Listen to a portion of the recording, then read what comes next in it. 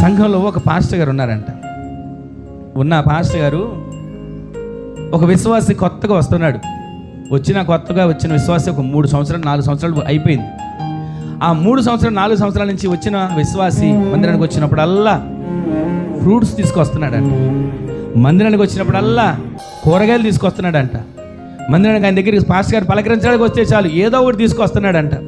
అప్పుడు ఆ పాస్టర్ గారు అంటున్నాడంట, అబ్బా ఎంత మంచి విశ్వాసి, నా ఆలనా పాలన చూసుకుంటున్నాడు, నాకు ఫ్రూట్స్ తీసుకొస్తున్నాడు, కూరగాయలు తీసుకొస్తున్నాడు, మాంసం తీసుకొస్తున్నాడు, రకరకాల అన్నీ తీసుకొస్తున్నాడు అని అనుకుంటున్నాడు.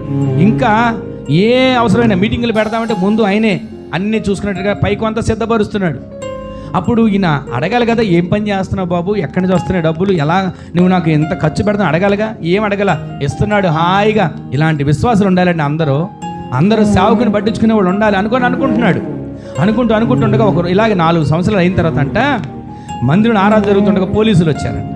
పోలీసులు వచ్చి ఇతను ఫలానా వ్యక్తి ఎక్కడ ఉన్నాడు అంటే ఎవరిని అడిగితే ఫలానా చోట ఉన్నాడు 4 ఏళ్ల నుంచి అని తెలుసుకొని అతను పట్టుకొని వెళ్తా ఉంటాడు. అందరూ అడిగారంట, అయ్యా ఏంటి ఆ వ్యక్తిని పట్టుకెళ్తున్నారు అంటే, ఈ వ్యక్తి ఒక చోట ఇదిగో ఇన్ని లక్షలు దొంగతనం చేశాడు, ఇంతకాలం కనబడకుండా 4 ఏళ్ల నుంచి తప్పించుకుని తిరిగి ఇక్కడ ఉన్నాడని తెలిసిందేనంటే వాడిని తీసుకుని వెళ్ళిపోయారు. ఆ వ్యక్తిని పోలీస్ స్టేషన్లో అతన్ని అడగాల్సినంత అడిగి చేయాల్సినంత చేస్తే డబ్బులు ఎక్కడ దాచావు అని అడిగితే అన్నాడంట, పాస్టర్ గారికి 10 లక్షలు ఇచ్చాను అన్నాడంట.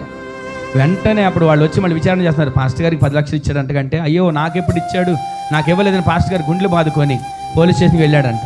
వెళ్ళగానే అతను అడిగాడంట, ఎరా నాకు ఎప్పుడు ఇచ్చావు 10 లక్షలు అంటే, ఎందుకు ఇవ్వలేదండి, మీకు వచ్చినప్పుడల్లా చేపలు తెచ్చానా, వచ్చినప్పుడల్లా మాంసం తెచ్చానా, వచ్చినప్పుడల్లా కూరగాయలు ఫ్రూట్స్ తెచ్చానా, మీటింగులు పెట్టినప్పుడల్లా డబ్బులు ఇచ్చానా, ఇవన్నీ ఎక్కడ చూసినా అనుకున్నారు, మొత్తం లెక్కేస్తే 10 లక్షలైంది అన్నట్టంట.